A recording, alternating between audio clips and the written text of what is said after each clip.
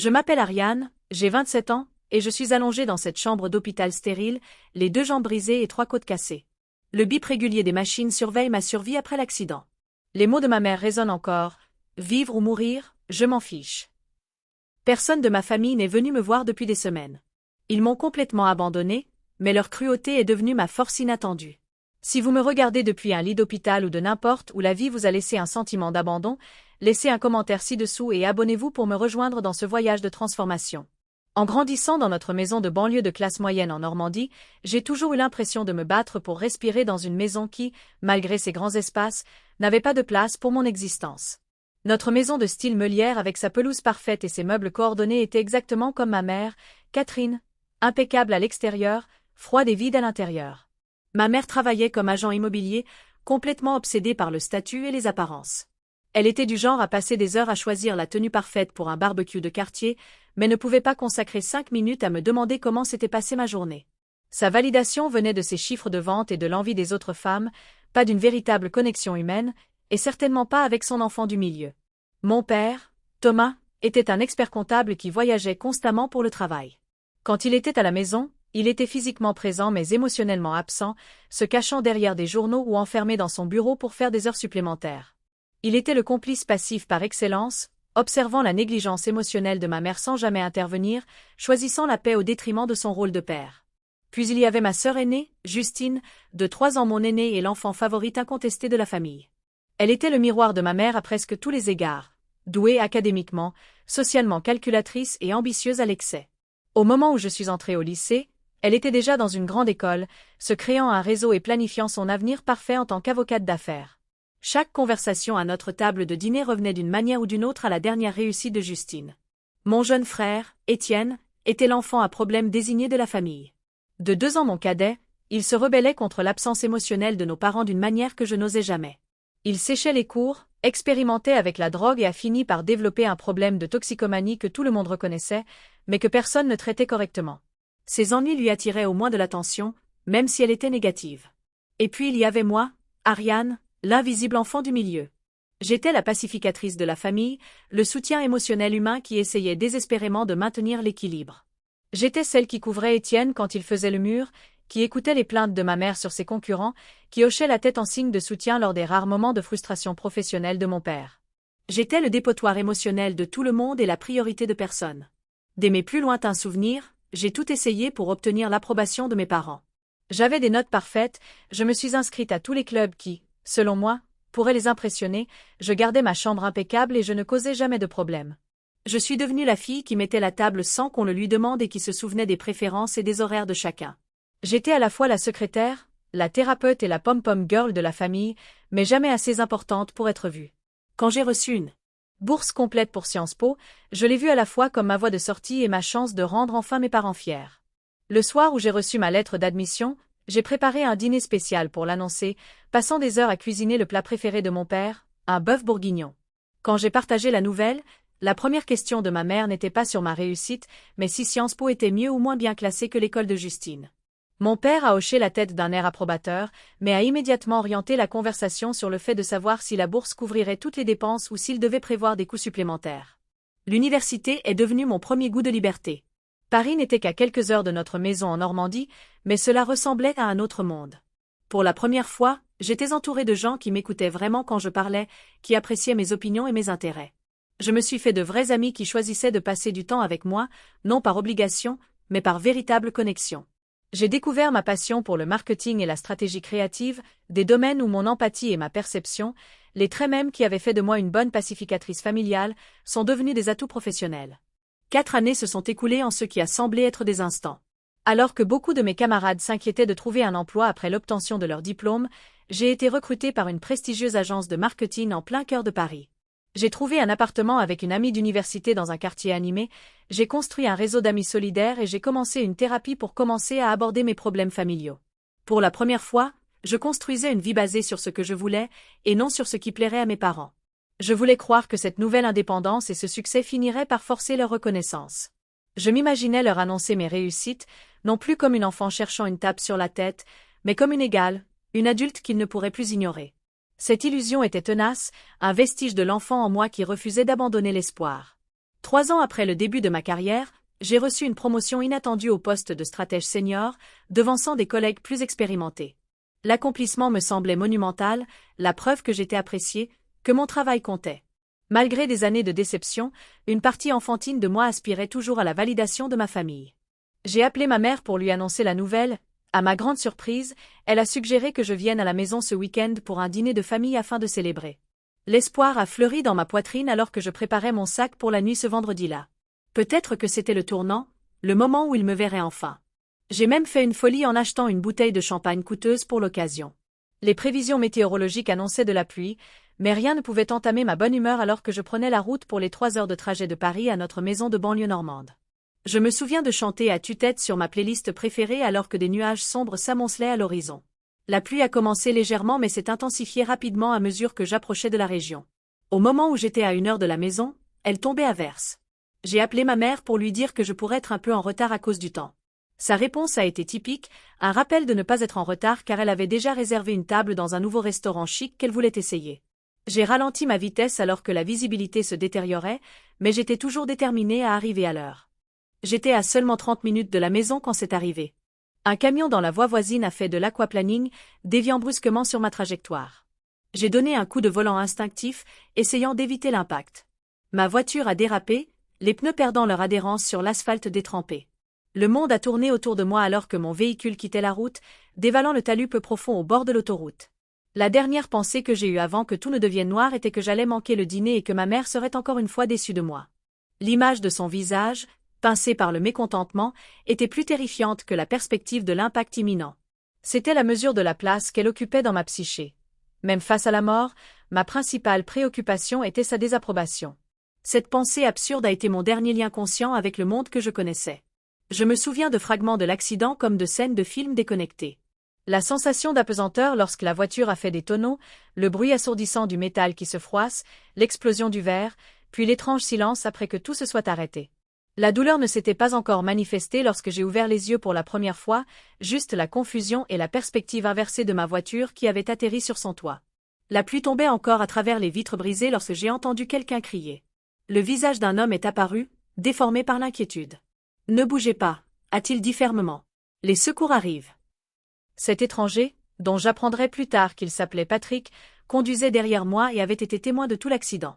Il s'était immédiatement arrêté sur le côté et avait appelé le 112 tout en se précipitant sur le talus pour m'atteindre. Alors que le choc commençait à se dissiper, la douleur a déferlé dans mon corps comme de l'électricité. Mes jambes étaient coincées sous le tableau de bord écrasé et chaque respiration superficielle provoquait une agonie aiguë dans ma poitrine. Patrick est resté avec moi, me tenant la main à travers la fenêtre et me parlant pour me garder consciente jusqu'à ce que le hurlement des sirènes annonce l'arrivée des services d'urgence. L'extraction fut un brouillard de douleurs et d'instructions criées alors que les pompiers s'efforçaient de me dégager de l'épave. J'ai hurlé quand ils m'ont finalement sorti, le mouvement envoyant une douleur brûlante dans le bas de mon corps. Les ambulanciers ont travaillé rapidement, stabilisant mon cou, posant une perfusion et évaluant mes blessures avant de me charger dans l'ambulance. L'une d'entre eux, une femme aux yeux bienveillants au-dessus de son masque, m'a tenu la main pendant le trajet vers le centre de traumatologie. « Nous vous emmenons au CHU de Rouen », a-t-elle expliqué. C'est le meilleur centre de traumatologie de la région. Vous allez vous en sortir, mais vous avez des blessures graves.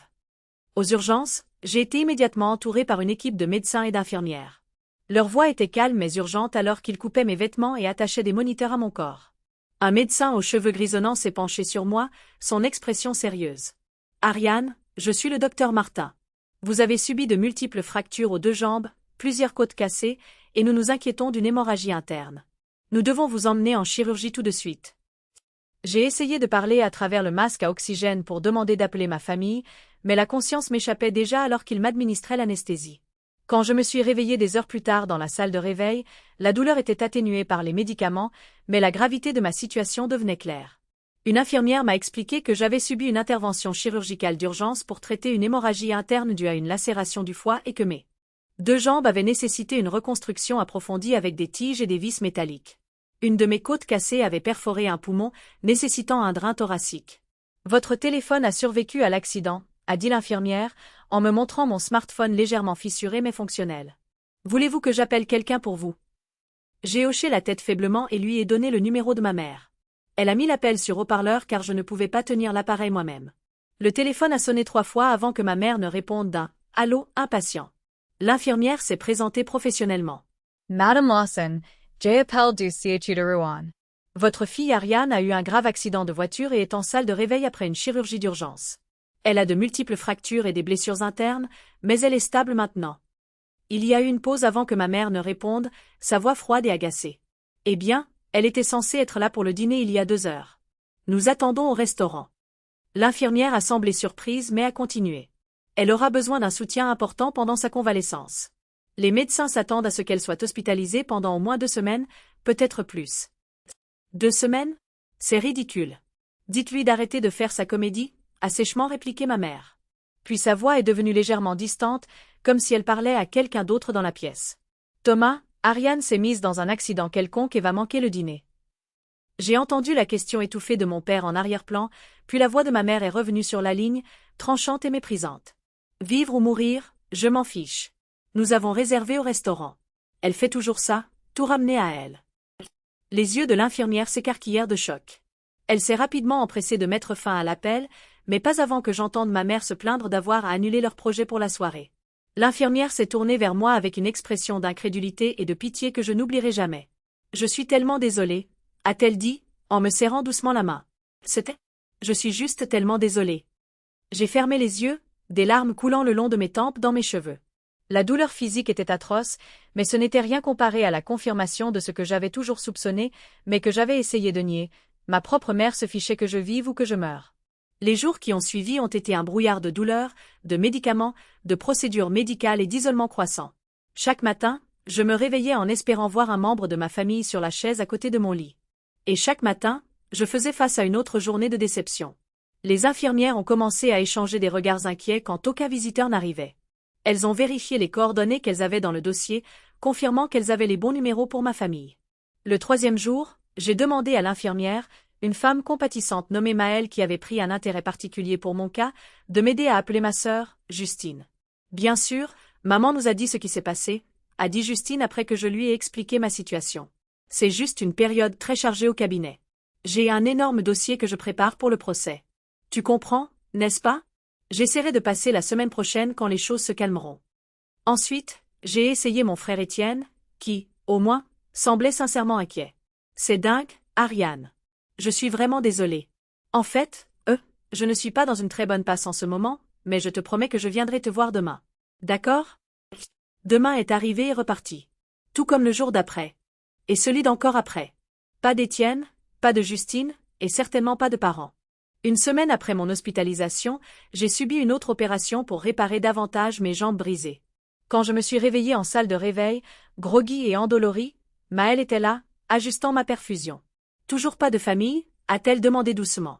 J'ai secoué la tête, trop fatiguée et le cœur brisé pour parler. Je ne comprends pas, a-t-elle admis.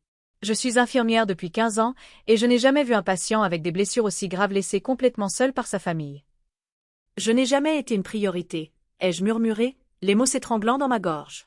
Au fil des jours, j'ai commencé à développer des relations avec le personnel de l'hôpital, qui est devenu mon système de soutien de facto. Maëlle passait pendant ses pauses pour discuter, m'apportant souvent des petites douceurs de la cafétéria. Un kinésithérapeute nommé David a commencé à travailler avec moi, me poussant à travers des séances atroces qui me laissaient en larmes, mais qui étaient nécessaires pour ma guérison. Valère, l'agent d'entretien de nuit, s'arrêtait dans ma chambre pendant ses rondes et partageait des histoires de ses 50 années d'expérience de vie. Son doux accent antillais est devenu une présence réconfortante aux heures tardives où la solitude se faisait le plus sentir. 2 semaines après l'accident, Maëlle est entrée dans ma chambre avec une expression inhabituelle. Un mélange de colère et de protection. « Ariane, j'étais sur Facebook hier soir et j'ai vu quelque chose que je pense que tu devrais savoir », a-t-elle dit avec précaution. « Ta famille, ils sont en vacances. Aux Canaries. » Elle a tourné l'écran de son téléphone vers moi, me montrant la publication publique de ma mère, une photo de mes parents, de ma sœur et de mon frère sur une plage de sable blanc. Des cocktails à la main, de larges sourires sur leurs visages bronzés. La légende disait « escapade familiale bien méritée ». #Benny's #Tempsonfamil. L'horodatage indiquait que la photo avait été publiée 3 jours après mon accident. Pendant que j'étais allongée dans un lit d'hôpital avec des tubes et des fils me maintenant en vie, ma famille était montée à bord d'un avion pour les îles Canaries pour des vacances qu'ils ne m'avaient pas mentionnées. Des vacances en famille sans le membre de la famille qui se battait pour se remettre de blessures potentiellement mortelles. La révélation a été comme un coup physique. J'ai fixé l'image jusqu'à ce que Maël reprenne doucement le téléphone. À ce moment-là, quelque chose en moi s'est brisé, mais quelque chose d'autre, de plus fort, a commencé à se former à sa place.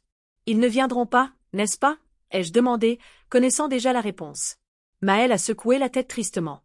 Je ne pense pas, ma chérie. Cette nuit-là, seule dans ma chambre d'hôpital, je me suis permis de ressentir véritablement l'abandon dans son intégralité. J'ai sangloté jusqu'à ce que les infirmières accourent, inquiètes de mon rythme cardiaque élevé sur les moniteurs. Quand elles ont demandé ce qui n'allait pas, si j'avais mal, je n'ai pu que dire entre des sanglots haletants. Ma famille ne veut pas de moi. Maël, qui n'était même pas de service cette nuit-là, est arrivée après avoir été appelée par sa collègue. Elle s'est assise à côté de mon lit et a fait quelque chose de complètement non professionnel mais entièrement humain. Elle est montée sur le lit d'hôpital étroit à côté de moi, en faisant attention à mes tubes et à mes fils, et m'a tenue dans ses bras pendant que je pleurais jusqu'à ce que je n'ai plus de larmes. Ce n'est pas à propos de toi, a-t-elle murmuré. C'est à propos d'eux et de leur incapacité à aimer correctement. Cela ne dit rien sur ta valeur. Alors que je sombrais dans un sommeil épuisé, je l'ai entendu ajouter. Parfois, la famille que l'on se crée est plus réelle que la famille dans laquelle on est né. À ce moment de désespoir complet, j'avais touché le fond. Je n'avais plus rien à perdre, ce qui signifiait que j'avais tout à gagner. Exactement un mois après l'accident, je me suis réveillée avec une étrange sensation de clarté. La douleur physique était toujours constante, mais quelque chose avait changé en moi. Pendant 27 ans, j'avais organisé toute mon existence autour de l'obtention de l'approbation et de l'amour de ma famille. Chaque décision, chaque réussite, chaque aspect de ma personnalité avait été façonné pour gagner l'affection de personnes qui étaient constitutionnellement incapables de la donner. Alors que j'étais allongée dans mon lit d'hôpital, fixant les dalles du plafond que j'avais mémorisées au cours des 4 dernières semaines, j'ai pris une décision qui allait changer le cours de ma vie. J'en avais fini de chercher l'amour auprès de personnes qui ne pouvaient pas le fournir. J'en avais fini de me faire plus petite pour m'intégrer dans le récit de ma famille. J'en avais fini de m'excuser d'exister. Ce matin-là, quand David est arrivé pour notre séance de kinésithérapie, il a immédiatement remarqué le changement en moi. Quelqu'un a un regard différent aujourd'hui, a-t-il dit en m'aidant à monter dans le fauteuil roulant pour m'emmener à la salle de kiné. Que se passe-t-il dans cette tête? Je vais sortir de cet hôpital par mes propres moyens, lui ai-je dit avec une détermination tranquille. Et je vais construire une vie qui n'inclut pas les gens qui ne veulent pas en faire partie. David m'a étudié un instant, puis a hoché la tête d'un air approbateur. La première partie va demander beaucoup de travail et de douleur. La seconde partie, cela demandera encore plus de courage. J'ai les deux, ai-je répondu. À partir de ce jour, mon approche de la guérison s'est transformée. Là où j'avais auparavant enduré la kinésithérapie, je l'attaquais maintenant avec une détermination féroce. Quand David me demandait de faire 10 répétitions d'un exercice, je poussais jusqu'à 12. Quand la douleur menaçait de me submerger, je la canalisais en carburant pour ma détermination. Les kinésithérapeutes ont commencé à m'appeler leur « princesse guerrière », impressionnés par ma soudaine motivation. Pendant mon temps libre dans ma chambre d'hôpital, j'ai commencé à documenter mon parcours dans un journal que Maël m'avait apporté. J'ai écrit sur l'accident, l'abandon de ma famille et la gentillesse inattendue d'étrangers qui étaient devenus plus une famille que mes parents de sang ne l'avaient jamais été. L'écriture est devenue à la fois une thérapie et un témoignage, une façon de traiter ma douleur et de préserver la vérité de mon expérience. Après avoir lu quelques-unes de mes entrées de journal, Maël a fait une suggestion qui allait tout changer. « Tu devrais partager ça », a-t-elle dit en tapotant le journal. Ton histoire pourrait aider d'autres personnes qui ont été abandonnées par leur famille pendant une crise. Tu écris magnifiquement, et ton expérience n'est malheureusement pas unique. Au début, j'ai hésité. Rendre cela public signifiait exposer le comportement de ma famille, mais aussi ma propre vulnérabilité et ma douleur. Je ne sais pas si je suis prête pour ce genre d'examen, ai-je admis. Alors commence petit, a suggéré Maël. Peut-être juste un post anonyme sur un forum de soutien ou un compte de réseau social qui n'est pas lié à ton vrai nom. Cette nuit-là, en utilisant mon téléphone et allongé dans mon lit d'hôpital, j'ai créé un nouveau compte Instagram appelé « Confession d'un lit d'hôpital ». J'ai posté une simple photo de la vue de ma chambre d'hôpital avec une brève légende, jour 31 à l'hôpital après un accident de voiture presque mortel. Aucune visite de la famille. Mots exacts de ma mère quand on l'a appelée pour ma survie. Vivre ou mourir, je m'en fiche. Nous avons réservé au restaurant. Je trouve la force grâce au personnel de l'hôpital qui est devenu ma famille de substitution. Les os cassés guérissent. Les liens familiaux brisés, peut-être pas. Je m'attendais peut-être à quelques commentaires sympathiques d'inconnus. Au lieu de cela, je me suis réveillée le lendemain matin pour constater que le post était devenu viral pendant la nuit. Des milliers de likes, des centaines de commentaires et de messages affluents de personnes partageant des histoires similaires d'abandon familial pendant des crises de santé. Un commentaire s'est particulièrement démarqué, merci de mettre des mots sur une expérience que je pensais vivre seule. Quand j'ai eu un cancer l'année dernière, ma famille n'a pas pu le supporter et a disparu. Les infirmières sont devenues ma famille aussi. Ton courage de partager cela me donne le courage d'accepter ma situation. Au cours des jours suivants, j'ai continué à publier des mises à jour sur ma convalescence, mes triomphes et mes revers en kinésithérapie, et mes réflexions sur la recherche de sa propre valeur en dehors de la validation familiale. Chaque post résonnait avec un public toujours plus grand de personnes qui comprenaient la douleur unique d'être abandonnées par ceux qui auraient dû se soucier le plus. Mon succès inattendu sur les réseaux sociaux a attiré l'attention d'une journaliste locale qui travaillait sur une série d'articles sur les expériences des patients dans le système de santé. Elle m'a contacté via mon compte Instagram, me demandant si je serais d'accord pour être interviewée sur mon expérience. Après mûre réflexion et consultation avec Maëlle et David, j'ai accepté. L'interview a eu lieu dans ma chambre d'hôpital, alors que j'étais encore confinée au lit et au fauteuil roulant. J'ai parlé franchement de mon parcours de guérison physique et de l'abandon émotionnel que j'avais subi. JNAI and Belly and I Dramatize. La simple vérité était suffisamment dramatique. Le reportage a été diffusé aux informations locales du soir. Le lendemain matin, il avait été repris par plusieurs médias d'information nationaux en ligne. Mon histoire de résilience face à l'abandon familial a touché une corde sensible chez les téléspectateurs de tout le pays. L'hôpital a commencé à recevoir des fleurs, des cartes et des colis de soins adressés à mon nom, envoyés par des inconnus touchés par mon histoire. 3 jours après la diffusion du reportage, mon téléphone a sonné avec un numéro que j'ai immédiatement reconnu, celui de ma mère. Après des semaines de silence, l'exposition publique avait finalement provoqué une réaction. J'ai répondu avec un calme que je ne me connaissais pas. Ariane. Oh, la voix de ma mère était tendue de colère contenue. Qu'est-ce que tu crois que tu fais? Je me remets de blessures presque mortelles, ai-je simplement répondu. Tu sais très bien ce que je veux dire, a-t-elle sifflé. Ce reportage ridicule. As-tu la moindre idée de l'image que cela donne de notre famille? Les clients de ton père posent des questions. L'associé du cabinet d'avocats de Justine l'a vu. C'est complètement inacceptable. Ce qui est inacceptable, ai-je rétorqué, c'est d'abandonner sa fille à l'hôpital après un accident potentiellement mortel pour partir en vacances aux Canaries. Nous avions prévu ce voyage depuis des mois. Nous ne pouvions pas tout annuler simplement parce que tu as été assez négligente pour avoir un accident de voiture. Ces mots ont confirmé tout ce que je m'étais finalement autorisée à accepter. Il n'y avait pas de malentendu, pas de mauvaise communication. Ils avaient choisi des vacances à la plage plutôt que leur fille gravement blessée en pleine conscience et sans remords. Je ne retirerai pas l'interview, si c'est pour ça que tu appelles, ai-je dit. Je n'ai menti sur rien. Nous te poursuivrons pour diffamation, a-t-elle menacé. J'ai déjà parlé à un avocat. La vérité des faits est une défense absolue en matière de diffamation, ai-je répondu, me surprenant. Moi-même avec des connaissances que j'avais dû absorber des conversations de Justine sur ses études de droit. Tout ce que j'ai dit était factuel. Tu as bien dit, vivre ou mourir, je m'en fiche. Vous êtes bien allé aux Canaries pendant que je me battais pour ma vie. Personne de notre famille n'est venu me voir une seule fois en plus d'1 mois d'hospitalisation. La voix de mon père est soudainement intervenue sur la ligne. Il devait être sur haut-parleur. Ariane, tu montes tout ça en épingle pour attirer l'attention, a-t-il dit de son ton typique, évitant les conflits. Ta mère était juste contrariée pour le dîner quand elle a reçu cet appel. Nous pensions que tu avais des médecins et des infirmières pour prendre soin de toi et qu'il n'y avait pas grand-chose que nous puissions faire. Nous ne sommes pas des professionnels de la santé.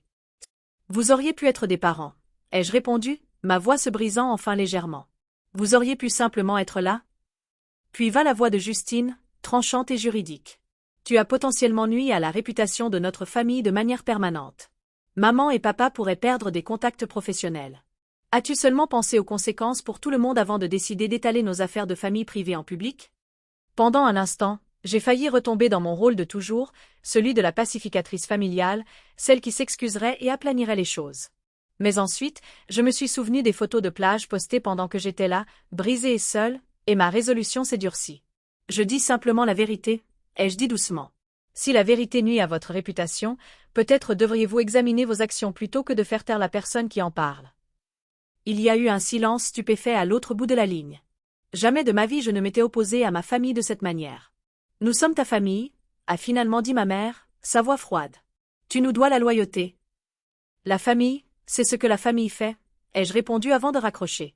Cette conversation a été un tournant. Pour la première fois de ma vie, j'avais posé des limites avec ma famille et j'avais tenu bon.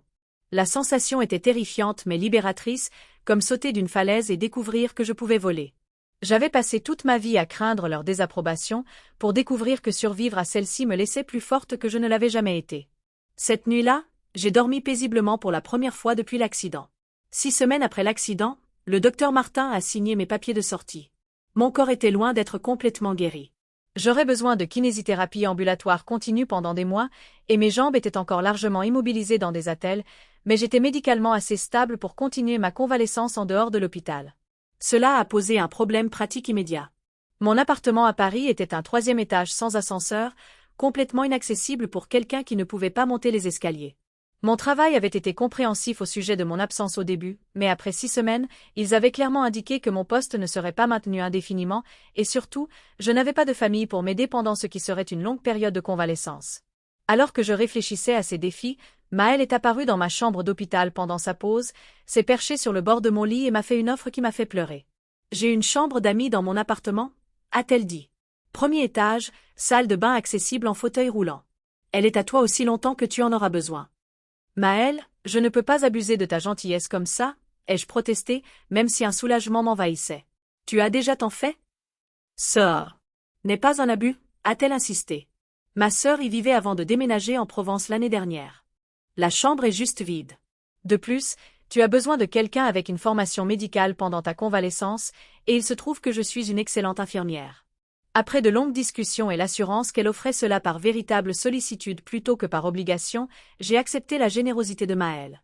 Le jour où j'ai quitté l'hôpital, poussé en fauteuil roulant par un brancardier avec Maëlle marchant à mes côtés, portant mes quelques affaires, j'ai été frappé par la prise de conscience que je partais avec des liens plus significatifs que ceux avec lesquels j'étais arrivé, bien que n'ayant aucune famille présente pour l'un ou l'autre de ces événements. S'adapter à la vie en dehors de l'hôpital a présenté de nouveaux défis. Apprendre à naviguer dans le monde avec des béquilles et en fauteuil roulant était humiliant et frustrant. Des tâches simples comme prendre une douche ou préparer un repas sont devenues des opérations complexes nécessitant planification et assistance. L'appartement de Maëlle, bien que plus accessible que le mien, aurait tout de même nécessité des adaptations pour ma mobilité limitée. Pourtant, à côté de ces défis, il y a eu des bénédictions inattendues. Ma communauté en ligne a organisé une collecte de fonds qui a couvert le reste de mes frais médicaux non pris en charge par l'assurance maladie et ma mutuelle. Plusieurs abonnés travaillant dans le marketing m'ont contacté avec des pistes d'emploi pour des postes qui pourraient s'adapter au travail à distance pendant ma convalescence continue. Après plusieurs entretiens virtuels menés depuis le salon de Maëlle, j'ai accepté un poste dans une agence de marketing à impact social, plus petite mais innovante, qui valorisait réellement mon histoire personnelle. Ils voyaient mon expérience non pas comme un handicap, mais comme un atout qui me donnait un aperçu unique de la résilience humaine et de l'authenticité, des qualités qu'ils recherchaient dans leur campagne pour des clients associatifs. Pendant ce temps, mes relations avec le personnel de l'hôpital qui m'avait soutenu continuaient de s'épanouir en dehors du cadre clinique. Valère, l'agent d'entretien qui avait partagé son déjeuner pendant les gardes de nuit, est devenu un visiteur régulier, apportant souvent ces fameux acras de morue fait maison dont il insistait qu'il me remettrait de la viande sur les os. David, mon kinésithérapeute, a continué mon traitement en ambulatoire et est devenu à la fois un ami et un mentor, me poussant à dépasser mes attentes de guérison tout en me soutenant émotionnellement à travers ce processus difficile. Nous avons instauré une tradition de dîner hebdomadaire.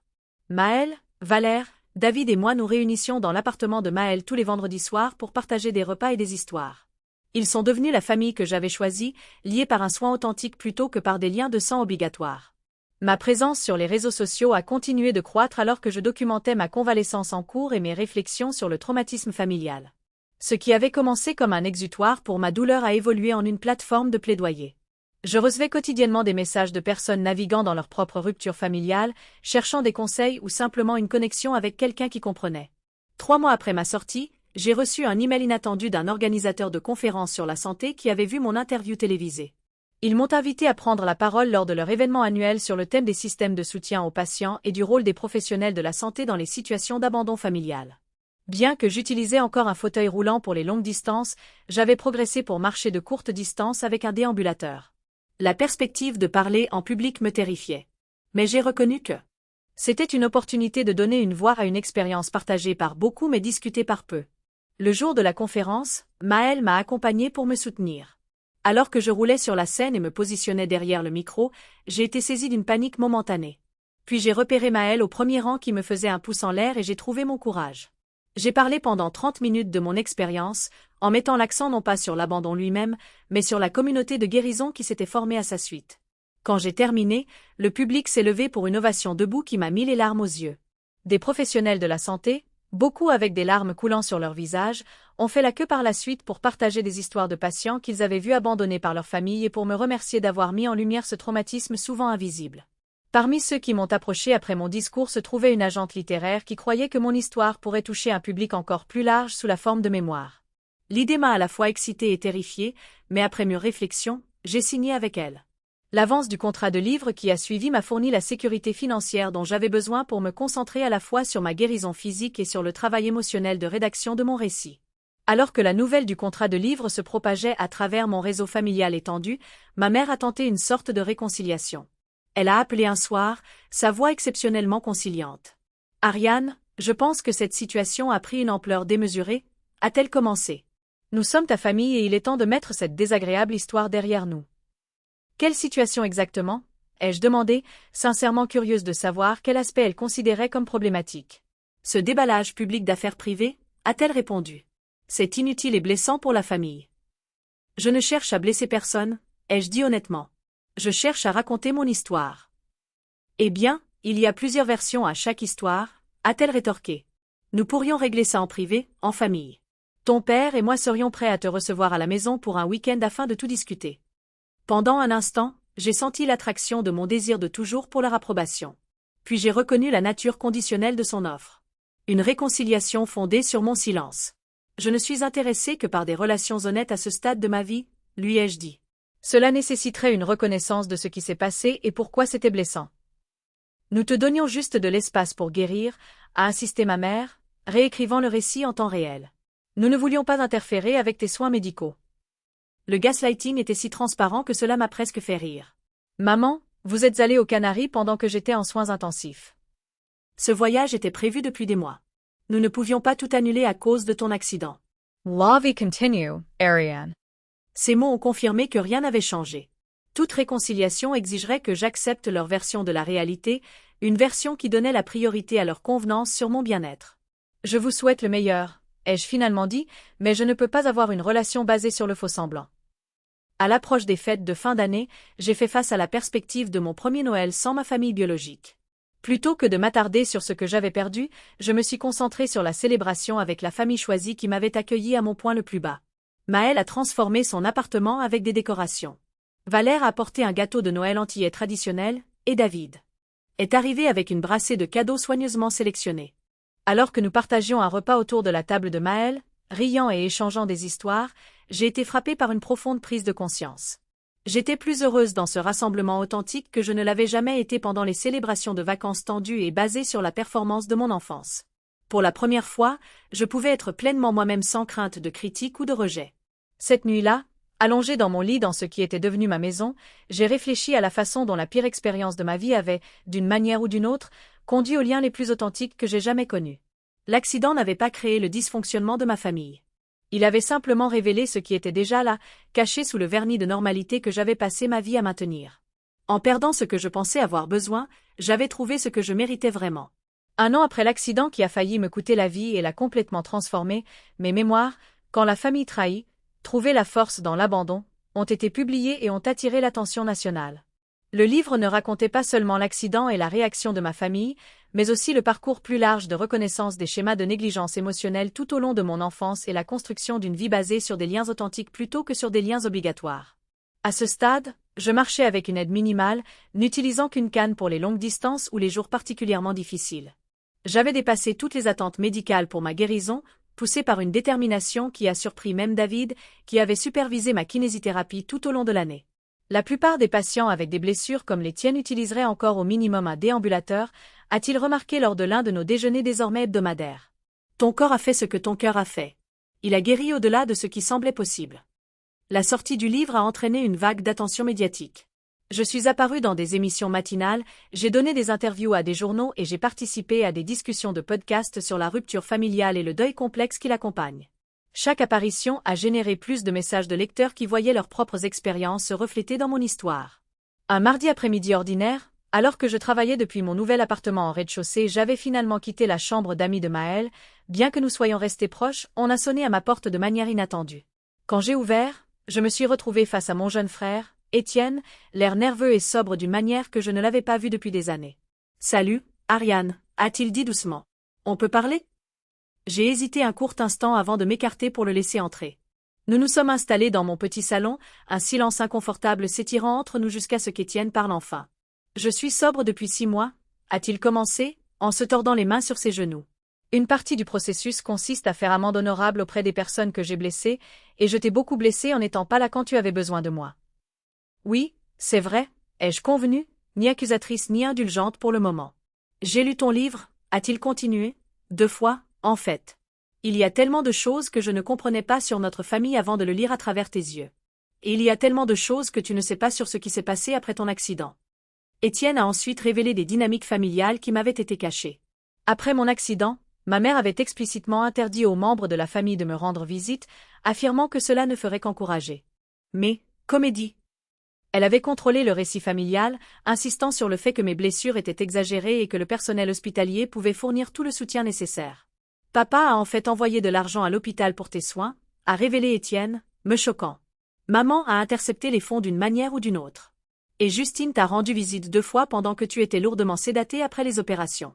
Elle a laissé des fleurs, mais l'infirmière a probablement supposé qu'elles venaient du personnel. Pourquoi me dis-tu ça maintenant? Ai-je demandé, mes émotions un méli-mélo confus de colère, de douleur et d'une petite lueur d'espoir malvenu. Parce que j'essaie d'aller mieux, et cela signifie être honnête, a-t-il répondu. Nos parents sont toujours dans le déni de la façon dont ils t'ont traité. De la façon dont ils nous ont traités tous les deux, en fait. Mais ton livre a réveillé quelque chose chez Justine.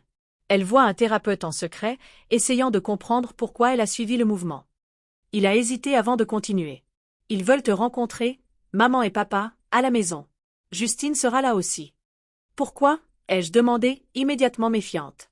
Pour qu'ils puissent me faire pression pour que je rétracte mon histoire, que j'écrive une version approuvée par la famille qui les fasse paraître sous un meilleur jour. Honnêtement, je ne sais pas, a admis Étienne. Papa dit qu'il veut t'expliquer sa version. Maman, eh bien, toujours maman. Mais je pense que tu mérites de leur dire ce que tu as sur le cœur en face, si tu le veux. Et je serai là avec toi cette fois. Je te le promets. La perspective de retourner dans la maison de mon enfance pour faire face aux personnes qui m'avaient abandonné à mon moment le plus vulnérable me remplissait d'effroi.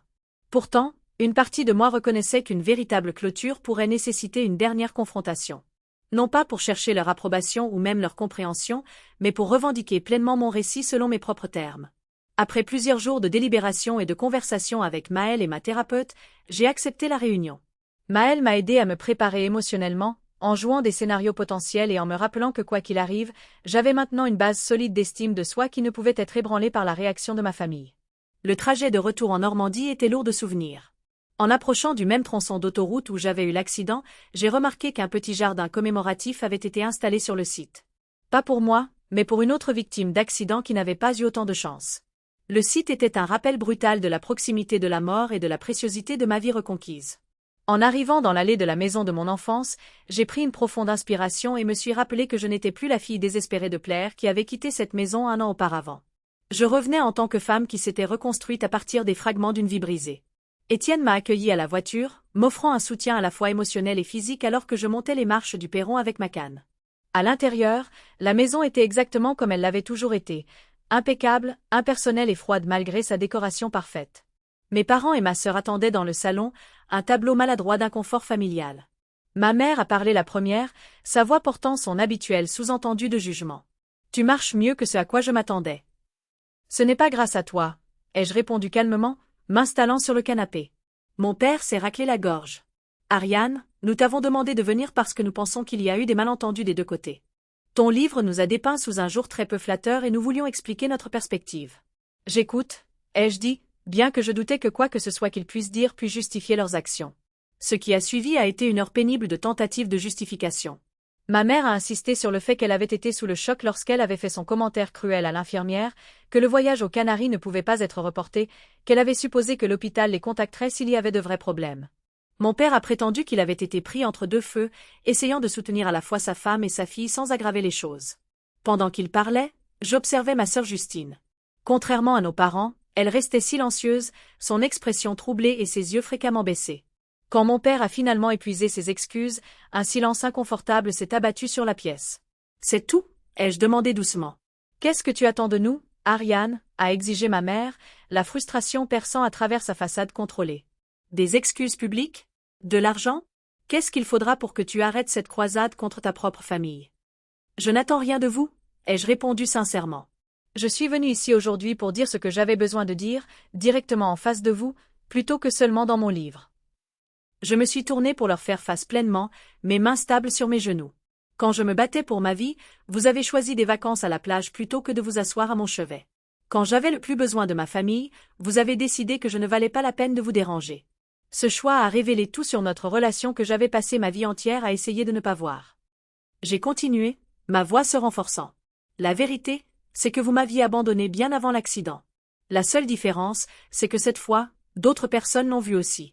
J'ai passé 27 ans à essayer de mériter un amour qui aurait dû être donné gratuitement. Je ne passerai pas un jour de plus à le faire. Le visage de ma mère s'est durci de colère. Après tout ce que nous t'avons donné, une bonne maison, une éducation, des opportunités. C'est comme ça que tu nous remercies, par une humiliation publique. J'ai dit la vérité, ai-je déclaré simplement. Si la vérité vous humilie, ce n'est pas ma responsabilité de le réparer. À la surprise de tous, Justine a soudainement pris la parole, sa voix tremblante. Elle a raison, maman. Toutes les têtes se sont tournées vers ma sœur, qui avait toujours été le reflet parfait de ma mère. Qu'est-ce que tu as dit? A demandé ma mère d'un ton dangereux. Ariane a raison, a répété Justine plus fort cette fois. Ce que nous avons fait était mal. Ce que nous lui avons fait subir pendant des années était mal. Je lui ai rendu visite à l'hôpital 2 fois et je vous ai menti sur l'endroit où j'allais parce que j'étais trop lâche pour te tenir tête. J'ai vu à quel point elle était blessée et je suis quand même montée dans cet avion pour les Canaries parce que j'avais peur de te décevoir. Des larmes coulaient sur le visage de ma sœur, la première émotion sincère que je voyais de sa part depuis des années. J'ai passé toute ma vie à essayer d'être parfaite pour que tu ne me traites pas comme tu as traité Ariane et Étienne. Et en faisant ça, je suis devenue complice de leur douleur. Ma mère s'est levée de son siège, nous dominant de sa fureur. Ça suffit. Je ne resterai pas assise ici à me faire attaquer dans ma propre maison par mes propres enfants. Ils ne t'attaquent pas, Catherine, est intervenu mon père, surprenant tout le monde. Ils te disent ce qu'ils ressentent. Peut-être qu'il est temps que nous écoutions. Ma mère le regarda, choquée. Toute ma vie, je n'avais jamais vu mon père la contredire aussi directement. Enhardi par ce soutien inattendu, j'ai énoncé la limite que j'étais venue établir. Je suis prête à avoir des relations individuelles avec tous les membres de la famille qui peuvent reconnaître la vérité et me traiter avec un respect sincère. Mais je ne compromettrai plus jamais mon bien-être ou ne ferai taire ma voix pour maintenir une fausse image d'harmonie familiale. Je me suis levée prudemment, utilisant ma canne pour m'appuyer. Le choix vous appartient. Vous pouvez avoir une relation honnête avec la vraie moi, ou vous ne pouvez avoir aucune relation du tout. Ce sont les seules options maintenant. Sans attendre de réponse, je me suis tournée et j'ai marché vers la porte, la tête haute. Malgré la légère claudication qui restait de mes blessures, Étienne s'est immédiatement mis à me suivre, et après un moment d'hésitation, Justine a fait de même. Dans l'allée, Justine m'a étreinte maladroitement. Notre première véritable étreinte depuis des années. Je suis tellement désolée, Ariane, pour tout. Je sais, ai-je dit, pas tout à fait prête à offrir le pardon, mais disposée à laisser la porte ouverte à la possibilité. C'est juste le début d'une très longue conversation. En m'éloignant de la maison de mon enfance, je me sentais plus légère que je ne l'avais été depuis des années. Que mes parents choisissent ou non de faire partie de mon avenir restait à voir, et pour la première fois, leur choix ne définissait pas ma valeur. J'avais dit ma vérité, posé mes limites, et je suis partie selon mes propres termes, littéralement et métaphoriquement. J'étais entrée dans cette maison avec une canne, portant encore les marques physiques du traumatisme. Mais j'en étais sortie avec une force qu'aucun accident ne pourrait m'enlever. 2 ans après l'accident qui a failli me coûter la vie, je me tenais sans aide au pupitre d'une grande salle de bal d'hôtel, m'adressant au gala inaugural de la Fondation pour le soutien des patients, l'organisation à but non lucratif que j'avais fondée avec les bénéfices de mes mémoires et de mes conférences. Quand j'étais allongée dans ce lit d'hôpital, abandonnée par ceux qui auraient dû être à mes côtés, je n'aurais pas pu imaginer être ici ce soir, ai-je commencé, parcourant du regard la salle remplie de professionnels de la santé, d'anciens patients et de militants. Mais comme Maëlle, mon infirmière et maintenant chère amie, me l'a dit pendant mon moment le plus sombre, parfois la famille que l'on se crée est plus réelle que la famille dans laquelle on est né. Ma guérison physique avait dépassé toutes les attentes médicales. Bien que je porterais toujours des cicatrices et des douleurs occasionnelles de mes blessures, j'avais retrouvé une mobilité complète. David plaisantait en disant que j'étais sa patiente miracle, bien que nous sachions tous les deux que ma guérison était le résultat de la détermination et du travail acharné plutôt que d'une intervention divine. La Fondation avait été créée avec une mission claire, fournir un soutien émotionnel et pratique aux patients hospitalisés sans présence familiale. Nous financions des programmes qui formaient des bénévoles hospitaliers, créions des groupes de soutien pour ceux qui étaient en rupture avec leur famille, et plaidions pour des politiques de santé qui reconnaissaient les besoins des patients sans système de soutien traditionnel. Mes mémoires étaient devenus un best-seller, ouvrant un débat national sur la rupture familiale et remettant en question la notion que les liens du sang constituaient automatiquement des relations significatives. J'avais reçu des milliers de lettres de lecteurs qui trouvaient une validation dans mon histoire, des personnes qui avaient vécu un abandon similaire et avaient lutté avec la honte et l'isolement qui l'accompagnaient souvent. Ce soir-là, au gala, nous avons honoré 3 personnes qui avaient transformé ma tragédie personnelle en début de mouvement. Maël, qui m'avait ouvert sa maison et son cœur. Valère, dont la sagesse et la compassion avaient fourni une stabilité pendant mes heures les plus sombres, et David, dont la croyance en ma guérison physique l'avait rendu possible. Alors qu'ils me rejoignaient sur scène pour recevoir leur reconnaissance, j'ai senti une plénitude dans mon cœur qui transcendait la douleur de mon passé. Ces personnes m'avaient appris ce que signifiait la vraie famille, non pas une obligation basée sur une génétique partagée, mais un choix basé sur un soin authentique. Ma relation avec ma famille biologique avait évolué de manière complexe au cours des 2 années écoulées depuis notre confrontation. Mon frère Étienne avait maintenu sa sobriété et était devenu une présence stable dans ma vie. Nous nous parlions chaque semaine et reconstruisions lentement la confiance qui avait été endommagée par des années de dysfonctionnement familial. Ma sœur Justine et moi avions développé une relation prudente mais de plus en plus honnête. Son parcours vers la reconnaissance et l'affrontement de la négligence émotionnelle de nos parents avait été difficile mais authentique. Nous n'étions pas des amis proches, mais nous devenions peut-être les sœurs que nous aurions pu être dans un environnement familial plus sain. Mes parents restaient l'aspect le plus compliqué de mon histoire. Suite à notre confrontation, ils avaient initialement refusé tout contact, en colère contre ce qu'ils percevaient comme une trahison. 6 mois plus tard, mon père avait pris contact de manière indépendante, demandant à déjeuner lors d'un voyage d'affaires à Paris. Notre conversation avait été maladroite, mais représentait sa première reconnaissance, aussi limitée soit-elle, que leur réponse à mon accident avait été mauvaise. Ma mère maintenait plus de distance, bien qu'elle ait cessé de menacer de poursuites judiciaires et envoyait occasionnellement des cartes d'anniversaire et de vœux formels et rigides. Elle restait incapable ou peu disposée à reconnaître véritablement son rôle dans la dynamique familiale que j'avais exposée, mais elle respectait au moins les limites que j'avais établies. J'en étais venue à comprendre que le pardon n'exigeait pas la réconciliation. Je pouvais libérer la colère qui m'avait autrefois consumée sans inviter davantage de mal dans ma vie. Certaines relations ne pouvaient pas être réparées, et c'était une réalité à accepter plutôt qu'un échec dont il fallait se blâmer. Ma vie personnelle avait également fleuri de manière inattendue. Grâce à un groupe de soutien pour la rupture familiale que j'avais fréquenté pendant ma convalescence, j'ai rencontré Jordan, un thérapeute gentil et perspicace qui avait navigué dans sa propre histoire familiale compliquée. Notre lien s'était approfondi sur la base d'une compréhension partagée et d'un respect mutuel, culminant avec notre mariage 6 mois avant le gala. En concluant mon discours ce soir-là, j'ai partagé la sagesse qui avait émergé de mon parcours. L'accident qui a brisé mes os a révélé ce qui était déjà brisé dans ma famille. Mais dans cette rupture, j'ai trouvé une vérité qui m'a libérée.